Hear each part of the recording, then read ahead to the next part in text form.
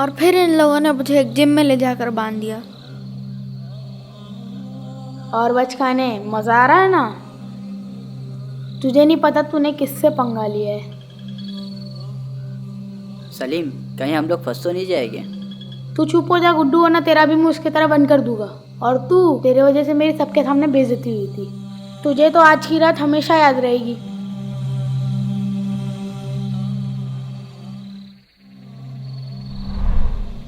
और फिर इन लोगों ने वहीं खाना खाया।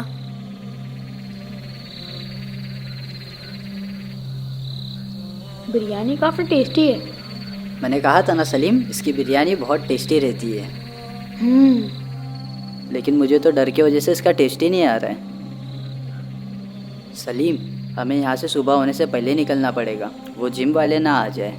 गुड्डू तू बिरयानी का मज़ा ले, बाकी सब मैं संभाल लूँगा। लगता है इसे भी भूख लग रही है।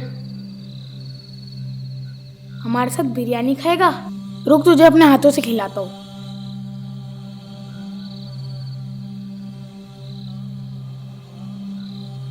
ले खा।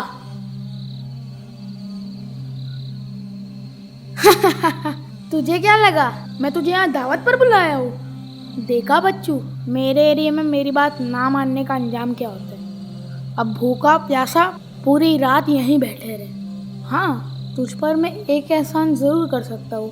अब मैं तेरा मुंह नहीं बांधूंगा। पता है क्यों? क्योंकि मैं तेरी चीखें सुनना चाहता हूँ। और वैसे भी यहाँ तुझे हमारे सिवा सुनने वाला कोई नहीं है।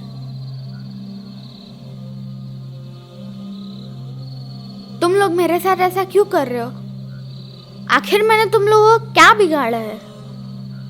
अरे मैंने तो सिर्फ एक सच कहा था। हाँ, एक तू सच्चा है ना, बाकी सब यहाँ तो झूठे हैं। भाई मैं ये नहीं जानता कि कौन सच्चा है और कौन झूठा। हाँ, लेकिन मैं इतना ज़रूर जानता हूँ कि मैं एक मुसलमान हूँ और मुझे झूठ बोलने की इजाज़त नहीं है। अच्छा, तेरा ज्ञान देना शुरू? तेरा मुंह बंद ही अच्छा है। ए गुड्डू, ये बहुत बोल रहा है, इसका मुंह फिर से बांध दे। मैं पूरी रात वहाँ बंधा रहा, फिर इन्होंने मुझे फजर की अजान के बाद छोड़ दिया। और वहाँ से निकलने के बाद मैंने वहीं एक मस्जिद में नमाज पढ़ी और सीधा घर चला गया। अब आप ही बताइए अंकल, जब इशा से लेकर फजर तक ये लोग मेरे सामने बैठे हुए थे, तो रात 2 बजे आप क्या चोरी कैसे कर सकते हैं? तुम लोगों ने तो सारी हदें पार कर दी है। इस मासूम को भूखा प्यासा रात भर बांध कर रखा, और इसे देखो, ये अल्लाह का बंदा यहां तक चला आया तुम लोगों को बचाने के लिए। बेटा, आप इन्हें बताओ, आप ऐसा क्यों कर रहे हो? क्योंकि हमारा दीन इस बात की इजाजत नहीं देता कि किसी को उस जुर्म की सजा मिले जो उसने नहीं किया है।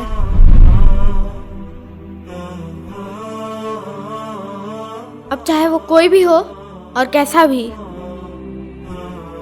लेकिन उस जुर्म का क्या जो इन्होंने किया है? अंकल, इन्हें इस हाल में देखकर मैं इन्हें माफ करता हूँ। बेटा, आप ये कहीं इन लोगों के डर की वजह से तो नहीं कह रहे हो? अगर ऐसा है तो ये मेरे रहते हुए आपका एक बाल भी बाका नहीं कर सकते। नहीं अंकल, अल्हम्दुलिल्लाह मैं अल्लाह के सिवा किसी से नहीं डरता, और इन्हें माफ भी मैं सिर्फ अल्लाह के लिए ही कर रहा हूँ। जब मोहम्मद सल्लल्लाहु अलैहि वसल्लम फतह मक्का के मौके पर अपने चचा के कातिलों को भी माफ कर सकते हैं, तो इनका गुनाह तो बहुत छोटा है। अल्लाह अकबर। देखा आप लोगों ने, इसे कहते हैं मुसलमान। अगर वाकई हमें खुद को मुसलमान कहलवाने का शौक है तो हमें ऐसा किरदार पैदा करना होगा। खुश नसीब है वो वालिदैन जिनकी औलादें ऐसी होती है।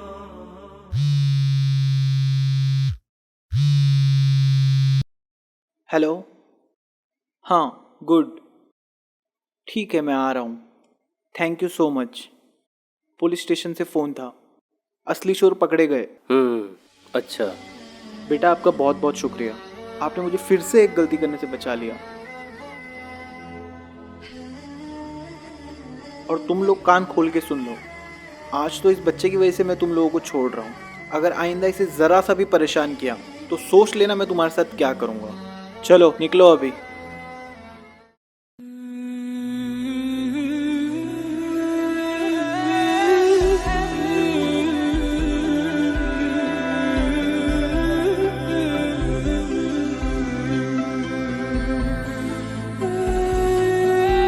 अरे वो अंकल के पैसे गिर गए। अंकल सुनिए।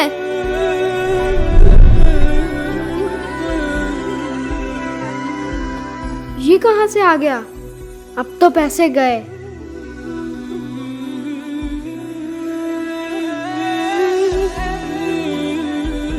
अंकल आपके पैसे गिर गए। उस दिन सलीम का हक के रास्ते पर वो पहला कदम था। तो इस तरह सलीम सुधर गया और रूहान का सच सब पर भारी पड़ा। इंटरेस्टिंग। अब मुझे तुम्हारा ये नन्हा मुसलमान कुछ समझ में आने लगा है।